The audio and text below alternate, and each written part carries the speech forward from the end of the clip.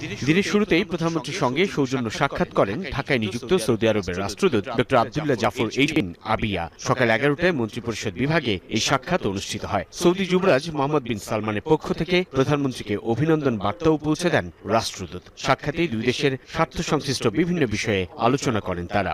পররাষ্ট্রমন্ত্রীর সাথে বৈঠক ছিল, পররাষ্ট্র মন্ত্রণালয় কিছু এজেন্ডা ছিল, ওনার সাথে বসছি, অগ্রগতি দেওয়া হচ্ছে বিভিন্ন বিষয়ে। সৌদি অ্যাম্বাসেডার ওনার সাথে সৌজন্য সাক্ষাৎ করছে।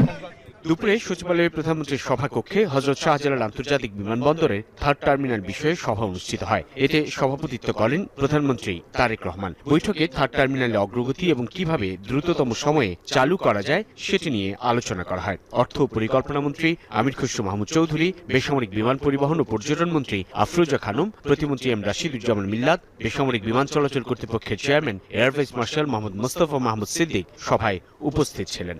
আসলে কেন চালু হচ্ছে এটাতে ইন্টারিম গভর্নমেন্টের সময় ছিল, কবে নাগাদ এটা তো বলা যাবে না। এটা এখন আজকে আলাপ আলোচনা হলো, ইনভেস্টিগেশন হবে, কিভাবে এটাকে আমরা তাড়াতাড়ি করতে পারি সেটা নিয়ে কাজ চলছে। এখন নির্দিষ্ট কোনো টাইম দেওয়া যাবে না।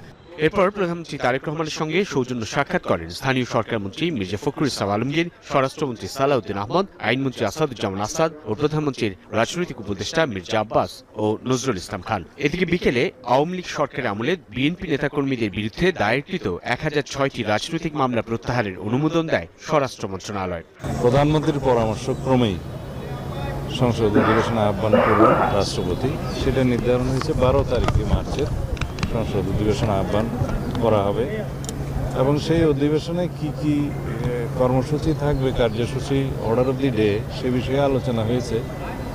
যেমন সেই অধিবেশনে স্পিকার, ডেপুটি স্পিকার নির্বাচিত হবে এবং ইন্টারিম গভর্নমেন্টের আমলে যে সমস্ত অধ্যাদেশ প্রণয়ন করা হয়েছে সেগুলো উপস্থাপন করা হবে। বেলা 3টায় মন্ত্রিপরিষদ বিভাগে প্রধানমন্ত্রীর সভাপতিত্বে সুস্বাস্থ্যের বাংলাদেশ গঠন বিষয়ে সভা অনুষ্ঠিত হয়। সভায় স্বাস্থ্য ও পরিবার কল্যাণমন্ত্রী সরদার মোহাম্মদ সাখাওয়াত হোসেন, মন্ত্রিপরিষদ সচিব, প্রধানমন্ত্রীর মুখ্য সচিব সহ উপদেষ্টা মাহদি আমিন উপস্থিত ছিলেন। যেখানে বেশ কিছু পরামর্শ তুলে ধরে আগামী দিনে এ বিষয়ে চূড়ান্ত কর্মসূচি গ্রহণ করতে স্বাস্থ্যমন্ত্রীর প্রতি নির্দেশনা দেন প্রধানমন্ত্রী তারেক রহমান। সাইফুদ্দিন রবিন, যমুনা নিউজ, ঢাকা। প্রধানমন্ত্রী তারেক রহমানের সবার আগে বাংলাদেশ নীতিকে সমর্থন জানিয়েছে চীন। রাষ্ট্রদূতের আশা, পারস্পরিক সহযোগিতার মাধ্যমে নতুন উচ্চতায় পৌঁছাবে ঢাকা বেইজিং সম্পর্ক।